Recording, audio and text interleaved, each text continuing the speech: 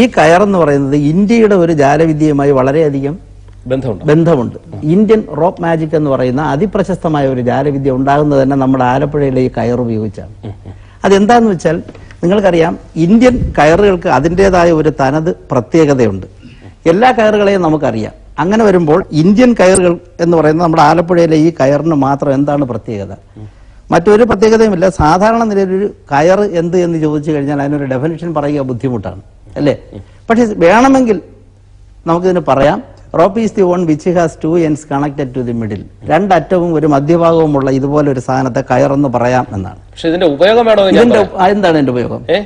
പലിശ പട്ടിണി പടി കയറുമ്പോൾ പുറകിലെ മാവിൽ കയറുകൾ കാണാം. കറക്റ്റ്, അതാണ്. അതിനാണ് സാധാരണ ഉപയോഗിക്കുന്നത്. പക്ഷെ ഈ കയറിന് അതിമനോഹരമായ ചില കാര്യങ്ങൾ ചെയ്യുവാൻ കഴിയും. അത് ഇന്ത്യൻ കയറിന്റെ മാത്രം പ്രത്യേകതയാണ്. വളരെ ശ്രദ്ധിച്ച് നോക്കിയാൽ കാണാൻ കഴിയും. ഇന്ത്യൻ കയറുകൾ എല്ലാ കയറുകളെയും പോലെ ഇതുപോലെ നമുക്ക് ചുറ്റിയിടാൻ പറ്റും.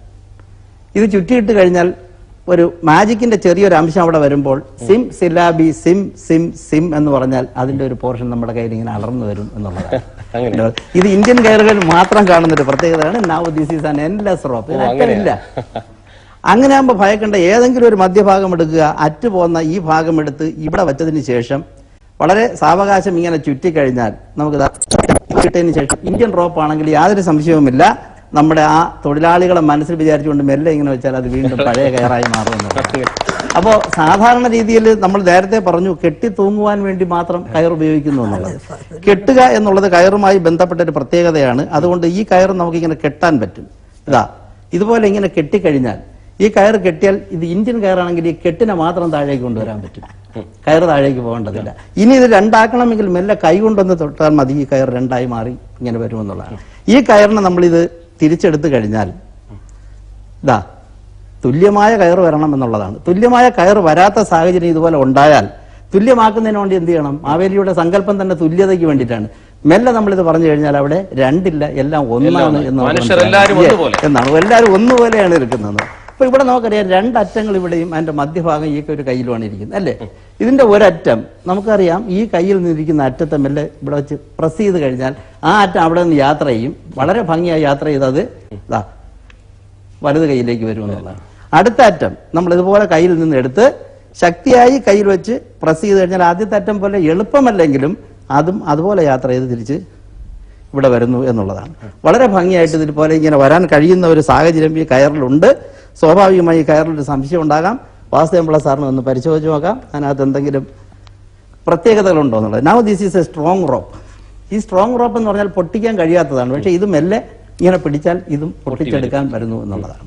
ഇതും പരിശോധിച്ചേക്കും സാറിന് പ്രത്യേകത ഉണ്ടോ എന്ന്. ഈ കയറ്, നമ്മുടെ ആലപ്പുഴയുടെ കയറ് ഇതുപോലെ ചുറ്റിക്കഴിഞ്ഞാൽ ഒരു കെട്ടിടാം, അല്ലേ? പക്ഷേ മെല്ലെ ഒന്ന് ബ്ലോ ചെയ്താൽ മതി,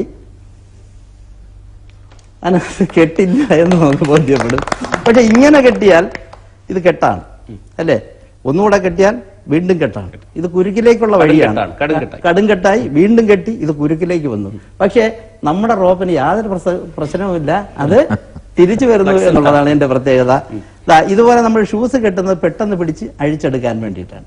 പക്ഷെ നേരത്തെ പറഞ്ഞതുപോലെ ഇങ്ങനെ കെട്ടി ഇങ്ങനെ വന്നു കഴിഞ്ഞാൽ മാവില കയറായി ഇത് മാറും, അല്ലേ? അവിടെ എന്താ സംഭവിക്കുന്നത്? ഇതുപോലെ കടുംകെട്ടായി ജീവിത പ്രാരാബ്ധങ്ങളിലേക്ക് എത്തും. നേരത്തെ ഞാൻ പറഞ്ഞു കെട്ടിനെ താഴേക്ക് കൊണ്ടുവരാം. വളരെ അനായാസം നമ്മളിങ്ങനെ പിടിച്ചു കഴിഞ്ഞാൽ കെട്ട് താഴേക്ക് വരും, വീണ്ടും പിടിച്ചാൽ താഴേക്ക് വരും, എത്രയും താഴേക്ക് കൊണ്ടുവരാം. ഏതെങ്കിലും സമയത്ത് കെട്ടുപാടുകൾ വേണ്ടെന്ന് തോന്നിയാൽ എടുക്കുക, മുകളിലേക്ക് എറിയാൽ കെട്ടില്ല എന്ന് പറയുക. ഇപ്പൊ ഇവിടെ നമുക്കറിയാം, അത് ഇവിടെ സാർ പരിശോധിച്ചല്ലോ, 3 തരത്തിലുള്ള കയറുകളാണുള്ളത്. മാവേലിയുടെ സങ്കല്പം ഇതല്ല.